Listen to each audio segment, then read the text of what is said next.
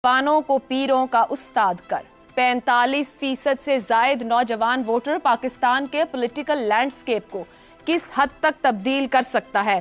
ज़ैगम साहिब, आपसे आगाज करूंगी। हमने बहुत सुना नौजवानों की अहमियत पर, फिर हमने देखा कि हमारे यहाँ वो नौजवान हमें सामने आता नजर भी आया, इंस्पायर और इम्प्रेस होता भी नजर आया पॉलिटिकल लीडरशिप के बयानात से। अब जब हम अगले आने वाले इंतखाब की बात कर रहे हैं, डाटा आपके सामने रखा है, इतनी बड़ी तादाद में नौजवान वोटर मौजूद है, आपकी राय में पॉलिटिकल लैंडस्केप को किस हद तक तब्दील करेगा या करने की ख्वाहिश रखता है, ऐसे कह लीजिए। पाकिस्तान की जो समाजी हकीकत है वो इतनी बदल चुकी है कि सियासत उसके नतीजे में ना बदले, ये हो नहीं सकता। आधी से ज़्यादा पाकिस्तान की आबादी 30 साल से कम उम्र है और ये वो आबादी है जिसको तालीम मैसर नहीं, और मैं मिडिल क्लास को भी शामिल कर रहा हूँ। वो तालीम जिसके नतीजे में वो रोज़गार हासिल कर सकें, अच्छी ज़िंदगी गुजार सकें, अपना मकाम बना सकें, उनको रोज़गार मैसर नहीं।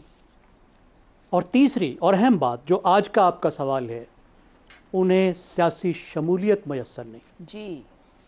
ये जो इलेक्शन है अभी जो होने वाला है, इसमें 2 करोड़ 11 लाख नए वोटर्स हैं और ये वो वोटर्स हैं जिनकी उम्र 18 से 25 साल के दरमियान है। जो 2018 का इलेक्शन था उसमें 2 करोड़ 10 लाख नए वोटर थे।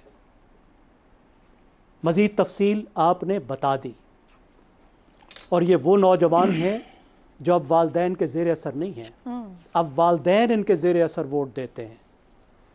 वो जो पुराना निज़ाम था जिसमें पेटरेज के ज़रिए से काम चल जाता था कि एक बड़े को, एक चौधरी को, एक बिरादरी के बड़े को आप उसको कुछ दे दें, बांट दें, 10 नौकरियां दे दें, आधी सड़क दे दें और 500 वोट काबू कर दें, अब वो नहीं चलने वाला। और इस हकायक के साथ, इन तब्दीलियों के साथ हमारी सियासी जमातें, जो बड़ी सियासी जमातें हैं, जो पुरानी सियासी जमातें हैं, उन्होंने एडजस्ट करने से, हम आहंग होने से इनकार किया है।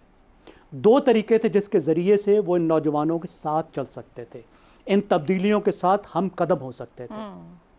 पहला तरीका था लोकल गवर्नमेंट, जिसकी वजह से नौजवानों को सियासी अमल में शमूलियत का बहुत बड़ी तादाद में मौका मिलता, एक नई लीडरशिप उभरती और उन्हें महसूस होता कि वो भी सियासी अमल में शामिल है, सियासी जमातों का हिस्सा है।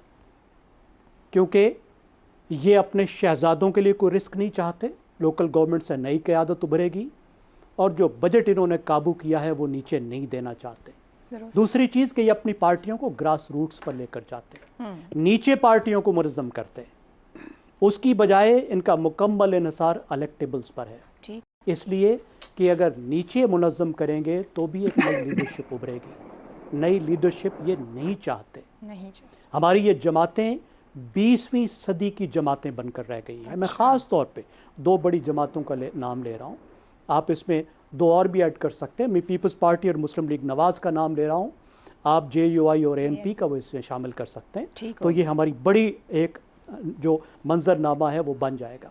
अब इन तब्दीलियों ही के नतीजे में 2008 के बाद से हमने देखा कि पीपल्स पार्टी का ज़वाल शुरू हुआ। इन तब्दीलियों के साथ वो हम नहीं रह सकी, नौजवान वोटर ने उसको छोड़ दिया और जो खला पैदा हुआ उसमें PTI उभर कर आई। और अब मुझे नज़र आ रहा है कि वही अमल मुस्लिम लीग नवाज़ के साथ हो रहा है, क्योंकि मुस्लिम लीग नवाज़ भी इन नए हकायक से मुकम्मल तौर पर कटी हुई है और अब नौजवान वोटर उसको भी छोड़कर जा रहा है। तो हम सब का फ़ायदा इसमें है कि हमारी सियासी जमातें, हमारे सियासतदान अब आंखें खोलें, नौजवानों पर तवज्जो दें और उनको सियासी शमूलियत में लाएं, उनको सियासी तौर पर शामिल करें। दुरुस्त हो गया। Valid point. एक तो वोटिंग पैटर्न की बात की, इफ्तिखार साहब आपकी तरफ आऊंगी। नौजवान वोटर की तादाद में एक बड़ा इजाफा क्या गेम चेंजर होगा? और फिर जो ये पॉइंट उठाया है पुरानी जमातों को कहकर, दूसरी तरफ अब 60-70 के पेटे के सीनियर सियासतदान मौजूद हैं और जो एक गैप जिसे कहा जाए, एक जनरेशन गैप ही कहा जा सकता है पॉलिटिकल लैंडस्केप पर, और साथ ही विरासत की बुनियाद पर आप कह दें कि सियासत आगे जो मुंतकिल हो रही है, ये जो तजाद है, इस तजाद को सियासत कब तक बर्दाश्त कर पाएगी या बस अब ये मजीद बर्दाश्त नहीं होगा, खला तो नहीं रहेगा ना? बड़ा अच्छा सवाल आपने फ्रेम किया, इसमें से तो 3 सियासी जमातें तो इस सवाल के बाद फारग हो गई। वोटर आ जाएंगे लेकिन ये जमातें फारग हो गई, क्योंकि इनकी क़यादतें आपके फ्रेम करदा जो मुद्दत आपने बताई है उम्र की, उसमें से आउट हो जाते हैं। आइए हम बात करते हैं 2 करोड़ 10 लाख और 2 करोड़ 11 लाख की। मैं इस हद तक तो इत्तेफाक करने को तैयार हूँ कि सियासी जमातों ने अपने आप को ऑर्गेनाइज नहीं किया और ना ही उन्होंने अपने नज़रियात के हवाले से कोई मुहिम चलाई और ना ही लोगों को बताया कि मेरी सियासी जमात और दूसरी सियासी जमात में क्या फ़र्क है, मुझे क्यों वोट दिए जाएं और उसको क्यों ना वोट दिए जाएं। ये डिबेट ख़त्म हो गई ज़िया-उल हक के दौर के बाद। जो दौर है 90 से लेके अब तक का, इसमें ये डिबेट हुई ही नहीं। ये तो बिल्कुल दुरुस्त कहा शहजाद साहब ने। सॉरी, आई अपोलोजाइज, किसने कहा? ज़ैगम साहब ने कहा। आई एम सॉरी कि मैं शहजाद साहब से इतना मुतासर हो गया हूँ, चूँकि मुझे नज़र नहीं आ रहा होता ना टीवी पे, तो मैं कंफ्यूज हो गया। डिस्कनेक्ट क्यों है, जरा इस पे भी बात करें। डिस्कनेक्ट कोई नहीं ना, ऐसे डिस्कनेक्ट आप इस प्रोग्रामों में कह रहे ना ऑर्गेनाइज ही नहीं किया। नहीं, वो मैं बात मुझे करने देना। Please don't try to give your point of view. आपने जो पढ़ना था वो पढ़ दिया, अब मुझे भी तो बात करनी है। नहीं, मैं इस बात से इत्तेफाक करता हूँ ज़ैगम की कि पार्टियों ने अपने आप को ऑर्गेनाइज नहीं किया।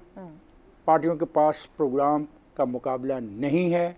पार्टियों ने मुकामी हुकूमतों के इंतखाबात न करा कि जो नई लीडरशिप एमर्ज हो सकती थी उससे अपने आप को बचाए रखा। लेकिन क्या ये हकीकत नहीं है कि बलूचिस्तान, खैबर पख्तूनख्वा और सिंध में मुकामी हुकूमतों के इंतखाबात हुए हैं और उनके नताइज हमारे सामने हैं, और वो कोई इतने हैरान कुन नताइज नहीं हैं कि एक पार्टी ने इतना ज़बरदस्त फ़र्क डाल दिया हो कि हम उसको ज़ेरे बहस ला के पाकिस्तान के आने वाले इंतखाबात के बारे में एक तज़किया पेश कर सकें। ये बिल्कुल ठीक है कि नौजवानों का रवैया अपने बुज़ुर्गों के रवैये से मुख्तलिफ है और होता है और हमेशा हुआ, ये कोई नई बात नहीं है। 70s में भी ये हुआ, 80s में भी ये हुआ, और ज़ैगम साहब को अच्छी तरह पता है कि 70s में अगर बाप जमात इस्लामी का झंडा लगा रहा था तो बेटे ने उसके ऊपर पीपल्स पार्टी का झंडा के लगा दिया। ये हुआ और हमने देखा इसको। लेकिन अब मुसीबत ये है कि ना तो जमातें फारिग हो गई, नई जमात आ गई। मैं ये कहने लगा, मैं ये कहने लगा था, आपने मेरे उस वक्त भेजा, मतलब आपने मेरे से मेरा लफ्ज़ छीन लिया। अब वो बात ही नहीं रही। नज़रियात का तो कोई मसला ही नहीं है। अब जो ये सवाल किया जो पहले दोस्त ने कि तालीम मैसर नहीं, रोज़गार नहीं, अच्छी ज़िंदगी नहीं, सियासी शमूलियत नहीं, जनाब तो किसने दे दी? तो हम ये डिसीजन कैसे कर सकते हैं कि ए और बी और सी में नौजवानों के वोटों की तकसीम कैसे होगी? ये बहुत मुश्किल है। हमें इंतज़ार करना पड़ेगा उन दिनों का जब इंतखाबी अमल शुरू होगा, फिर पता लगेगा कौन कहाँ खड़ा है। ये बात ठीक है, दुनिया के अंदर सियासी जमातें ऐसी हैं। अगर हम अपने हमसाया मुल्क में देख लें तो 2 पुरानी जमातें ही हैं ना। उनकी जो क़यादत है, मासवाए कि कांग्रेस की क़यादत में आपको एज़ कम्पेयर टू मोदी नौजवान लोग नज़र आते हैं। जमातें तो वो पुरानी हैं। क्या उनके साथ नौजवान नहीं चलते? क्या उनको नौजवान वोट नहीं कास्ट करते? तो अब देख लें अमेरिका का जो प्रेसिडेंट है उसकी उम्र क्या है? क्या वहाँ पे लोग नौजवान नहीं हैं? क्या वहाँ पे हर साल नौजवान वोटरों की तादाद नहीं बढ़ती?